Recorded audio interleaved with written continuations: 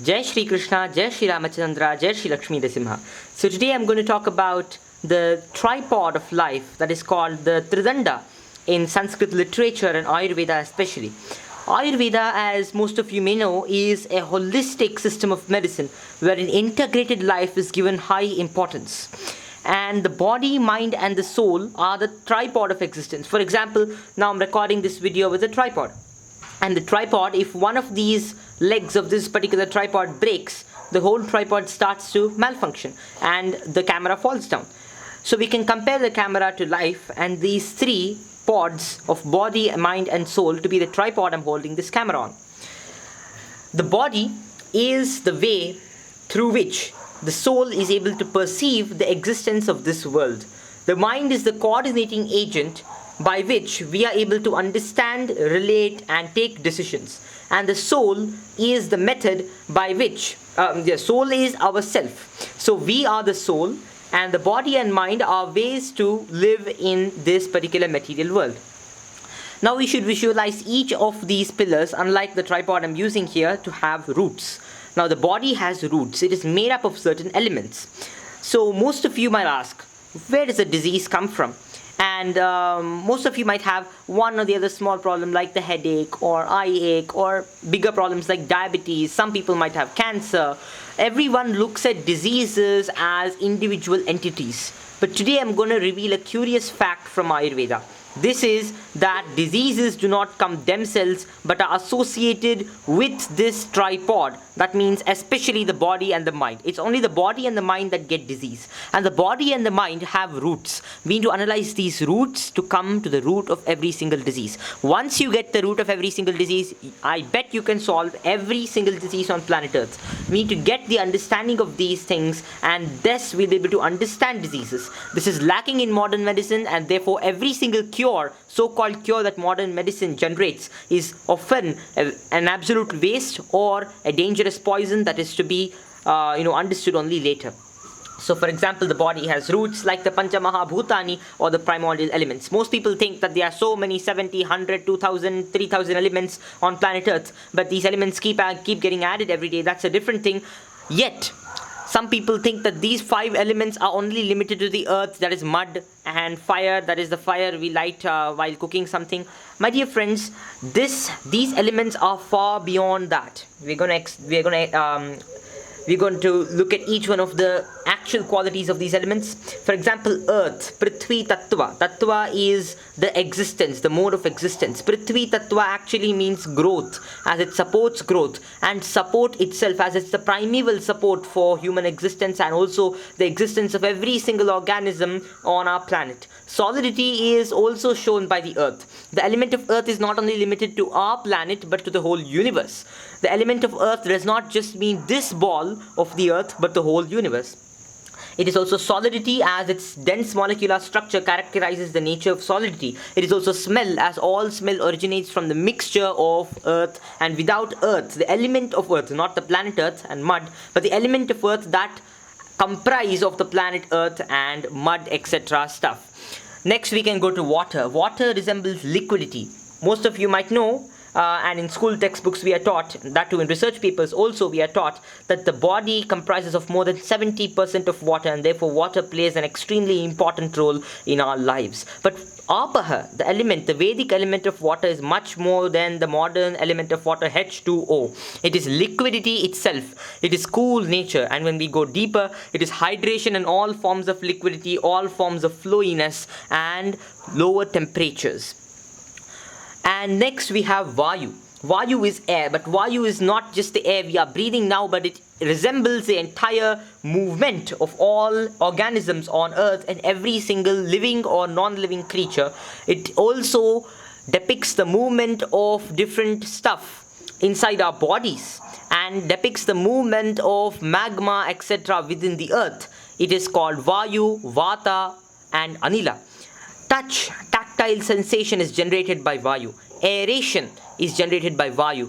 The earth is aerated and every single space is aerated, and without air there is no life, they say, and that is very true. So aeration is itself Vayu. Gaseous nature, it is gaseous. Generally when we talk about gas problems, acidity belongs to fire, and gaseous problems of the intestine belong to Vayu. In the same way, each one of these elements I'm going to talk about have an effect on our body, the earth, universe, human life, animal life, name it, everything that is present in material nature. This whole gamut of material nature is covered by these 5 elements, and that is why they are called Pancha Mahabhutani. So next time you come across someone talking about the ancients as primitive people who did not know about the origination of the universe, just tell them this, that Prithvi is much more than what is today known as earth and mud. Next comes Anila. Anila is Anala, that is Tejas. Tejas actually means effulgence. It is one of the most important elements, and it is studied scrupulously by the ancient method of logic, Vedic logic called Tarka Shastra and Sankhya Shastra. Then we study this Anala, or fire. Fire is not just the fire that is cooking every single thing. It is in fact sight itself. Our sight is itself fire, it's element of fire. Every single change that occurs in this entire existence is in the mode of fire, and fire is itself change. All the types of chemical change, like conversion from non-electrification to electrification, for example, conversion of substances from one form to the other, everything comes under this mode of fire when we go deep. When we come to the surface, it talks about acidity. All sorts of acidity, primarily the we have the main acids in our body. There are many acids, there are many different types of acids, there are many different types of material that are found in the body, and that particular material that for example, hydrochloric acid, HCl, is a very powerful acid, and therefore it comes under Anala as it causes a lot of change to the food we consume. It is heat, it is light. So the very planet sun comes under this particular element. This element doesn't come under the sun, but the sun, the star, the sun, comes under the element of fire. Next we have chemical change, and then digestion. Digestion itself comes under this element. So if we go deeper into this, the body is itself made up of all of these elements. Akasha is space. Space pervades everything and is very much beyond the very much beyond the views of modern scientific equipment. So we cannot define what is space with the help of modern scientific equipment. But we can understand that space is zero materially but full spiritually. It is what encompasses every single sphere of existence in our material universe. Body, therefore, is made up of these 5 elements. And these 5 elements basically are the parents of all the modern elements we know today. Cadmium, gold, silver, name it, all the elements are controlled and pervaded by these 5 elements. They are the parents of all the modern elements. So now in this particular structure, which is supported by 3 pillars, the ceiling is life, and it is the one that is to be supported, and the basement is our constitution. Our constitution is also influenced by the actions we take through the body, mind and the soul. So let's go to that later, but now let's talk about the mind. The connection between the body, mind and soul is known as yoga, and the mind is the coordinator. The coordinator, actually, just like a company, for example, a coordinator is required to bring in all the material and to analyze the material, take action on the material, and also can be compared to a manager. In the same way, we can compare the mind as a convener in certain sense, buddhi as a lawyer. The soul uses buddhi to connect with the mind, and the mind is a particular function that utilizes various functions. It is a type of super sense that utilizes various functions to perform a particular action after perception. The mind is also influenced by sattva, rajas and tamas. Sattva, rajas and tamas are basically syndromes. They are qualities of material nature. Everything that is present in these in this entire universe is influenced by sattva, rajas and tamas and the panchamahabhutas. Sattva, rajas and tamas influence a particular object in this universe, and the panchamahabhutani, they form the particular object. So sattva, rajas and tamas is a very important individual performing quality that influences the body, mind and the soul. And therefore we need to understand sattva, rajas and tamas, out of which sattva is non-pathogenic. It does not cause any disease. Rajas stimulates pathogenesis because it forces the mind to indulge in things that are wrong or sometimes right. And tamas is the force of darkness. When rajas is influenced by sattva, it promotes sattva and pushes sattva in a more fierce way that is sometimes for the good.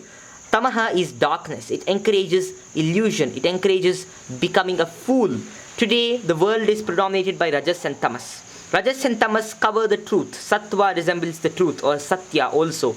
And rajas and tamas cover up the truth. Rajas is aggressive, whereas tamas is illusionary.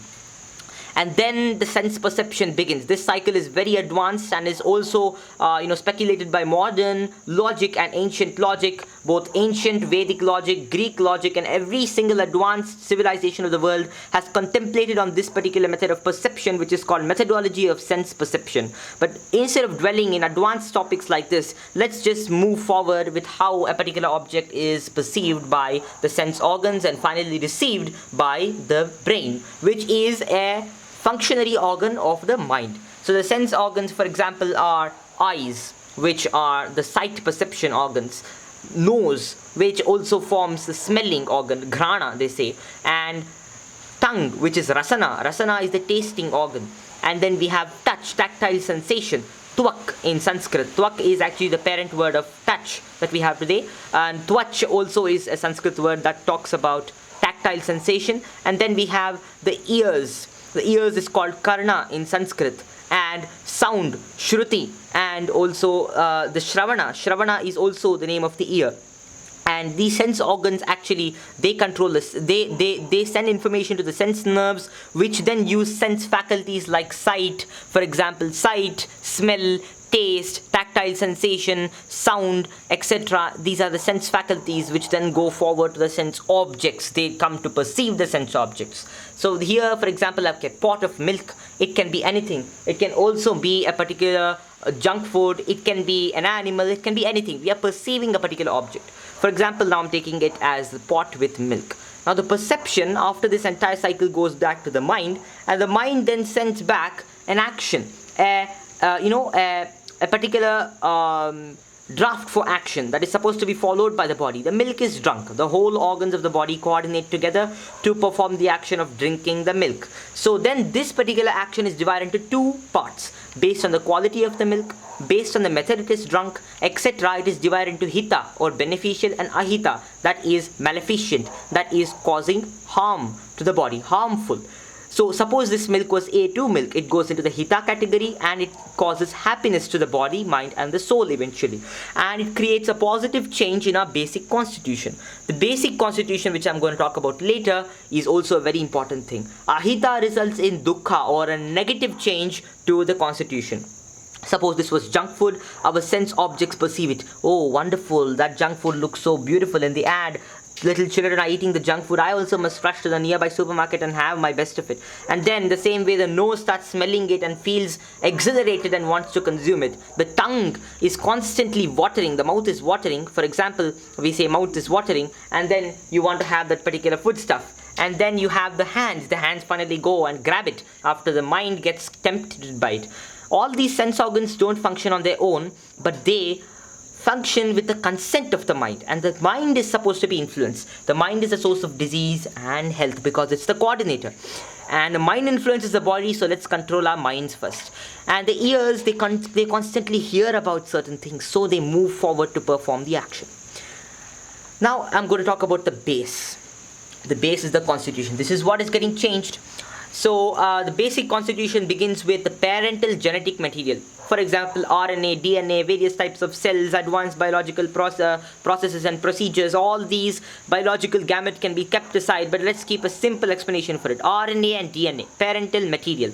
They are formed by the 5 elements as usual, and they are influenced by the 3 modes of material nature and the environment they are surrounded by. And then the baby is influenced by this parental genetic material, which forms its natal constitution.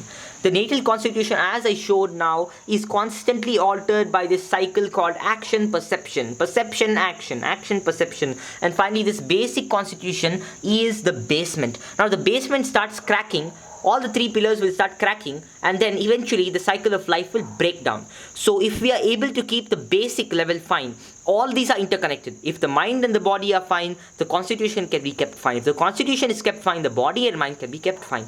So to keep the constitution fine, we have to restrain our mind from going towards things that are not necessary and that are harmful for our health, and encourage the mind towards doing good. Who does this? It is buddhi. It is the lawyer of the soul. The soul moves the mind, like how certain citizens who want a change in the government, they move the Supreme Court. Even though the Supreme Court sometimes become powerful, and then certain corporations come together and force the Supreme Court to do something wrong, there is something called conscience and buddhi that intervene here. The more we eat sattvic food, the more we indulge in sattvic thoughts, our buddhi will be stronger. Therefore, it will influence the mind in obviously the right way. The conscience, which is called prajna, is always influencing the body and the mind in the right way. The body listens to the mind, and the mind needs to be influenced. So we need to develop the sattvic guna and reduce the rajasic and tamasic guna, and that's the goal of balancing the basic constitution, without which the basement will start crumbling. Eventually the pillars will start breaking, getting cracks, and the roots will start getting disconnected, and the whole system will fall. And if any one of these gets completely damaged and falls down, my dear friends, just like the tripod I'm holding here, if one leg breaks suddenly, or if my sister comes and pushes it, or if some cow comes and pushes it, the whole thing will collapse and the triangle of life will get destroyed. It is called Jivanam. Life is lost. What is death? Death is when any one of these collapses. Why sometimes when the body is completely intact, the mind goes into coma and the person dies? Because that particular limb has gone.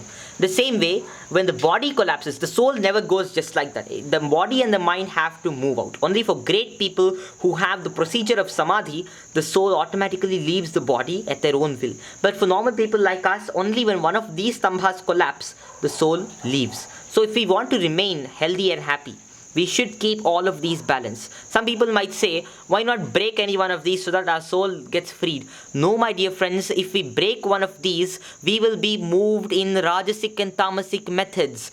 The body and the mind, if artificially broken and destroyed, will result in a plethora of diseases which will influence our sattva, rajas and tamas. And then comes the verse, urdhvam gacchanti sattvasthaha, madhye tishtanti rajasaha, jaganya gunavrittisthaha, adho gacchanti tamasaha. So the people influenced by the modes of rajasic and tamasic nature will eventually lead in middling and lower sections of this universe. They will suffer. So therefore we must take care of all these stambhas. And food is very important. Some people say if our mind is clear, everything is clear, so we can consume any type of food. If we have bhakti in our mind, some people say that we can consume even poison and that will become pure. But people who consume poison like this will automatically affect the body, which will affect the rajas and tamas of the body, aggravate the rajas and tamas, influence the mind, and the mind will become a source of pathogenesis. So this is wrong. And then that's how disease is created. So now most of you would have understood how disease is created. So once we have gone through this cycle, everything will become clear. How disease comes into picture. It's always due to the combination of body and mind. Now you may have a question. Then what are these doctors who are sitting in white coats doing? They are providing medicines through the system of allopathy. Allopathy forces the body to suppress its signals. Like for example, we have taken a loan from some debtor. And we have taken the loan from some particular bank, and this bank is forcing us to pay money, and therefore sending some people occasionally to interrogate us and ask us whether we have paid the interest or not. Now if we say, go away, I'll pay it later, that is what allopathy is doing. It is pushing the hormones back, and then the hormones will come yet in a more powerful way, and then more powerful way, and finally in such a powerful way that all the assets of this particular person will be taken away, and that is complete collapse, which millions of people are suffering from today in their health. Allopathic disease. Allopathy is itself a disease, my dear friends, as it does not recognize the influence of the body and mind in a particular disease. It's called the psychosomatic nature of disease. Psyche is the mind and soma is the body.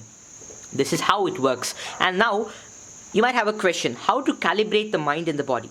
We need a good lifestyle, we need pranayama, we need ashtanga yoga, and the good lifestyle means not consuming any junk food, restraining our senses from doing anything wrong, performing dharmic activities, and engaging in sattvic activities all the time, consuming good homely food without the 5 evils, and you can refer to my video on keep disease away for more information, and how fear, anxiety, tension, stress, anger, greed, lust, etc. can cause disease very much, because these influence the mind, and as I said, if the mind is influenced, the body is influenced.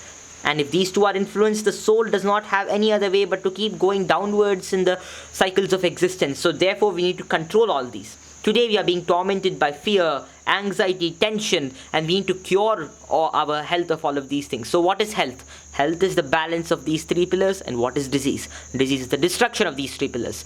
Coming to food, what is sattvic food? आयुस्सत्त्वबलारोग्य सुखप्रीति विवर्धनाः रस्याः स्निग्धाः स्थिराः हृदयाः आहाराः सात्विकप्रियाः. That means food that gives longevity, that confers strength of the inner psyche, that increases the strength, that increases health, that stimulates happiness, that also, not artificially but naturally, that increases love for all creatures around us, and that also is very tasty to consume. Tasty in the sense juicy, and that is unctuous, and that is good for the health, and also keeps us in a strong perspective. We are not shaken by any disease. We have a strong immunity. Sthira shows immunity. Hridyaha means very good for the heart. Lord Krishna is the supreme soul. He knew that our bodies will be tormented by so many diseases. So for the benefit of our global population, he significantly talked about the words Sthira and Hridya, but we are lacking the same in our foods today. Katvam lavanatyshtati ksharuksha vidahinaha ahara rajasasyeshtaha dukkha shokamaya pradaha. Katu means spicy, amla means sour, lavana means too much, salty, atyushna means too hot, tikshna means too sharp, ruksha means dry, vidahinaha means burning. Aharaha rajasasya ishtaha. These particular foodstuffs are very much the favorites of the people in the mode of rajasic nature, and therefore they go into a cycle of disease. Dukkha shoka amaya pradaha. Dukkha means unhappiness, shoka means grief, constant grief and sadness and depression.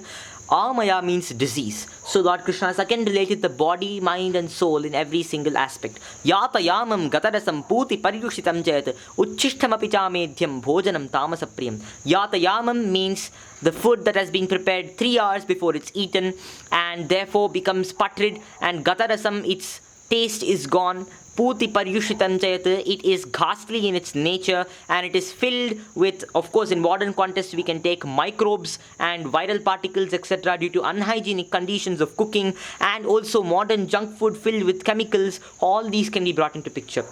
Uchishtam means untouchable items. In modern context, untouchables are both unhygienic stuff like remnants of dangerous and pathogenic food, and also chemicals. Chamedhyam, cha amedhyam means that which confers illusion and destroys intelligence, that which is bad for our intelligence. Today children are being dumbed down with junk food, so therefore junk food comes under both the senses of both the modes of rajasic nature and tamasic nature, and we should abolish all of these things from our lives. And let us increase the 3 good gunas. And my sister has spoken about this very well in her video. So thank you, Jai Shri Krishna. And also, time influences all of these 3 pillars. Time is day and night, the planets, the stars and the atmosphere. The planets are the 9 planets, including the sun in Vedic astrology. These all have effects on us. The sun and the moon are luminaries. They constantly have effect on human health. Stars and all the different planetary constellations, everything has effect on human health, and this is very important. Time is a very important factor of the Tristambha. So thank you. Jai Shri Krishna, Jai Shri Ramachandra, Jai Shri Lakshmi Narasimha.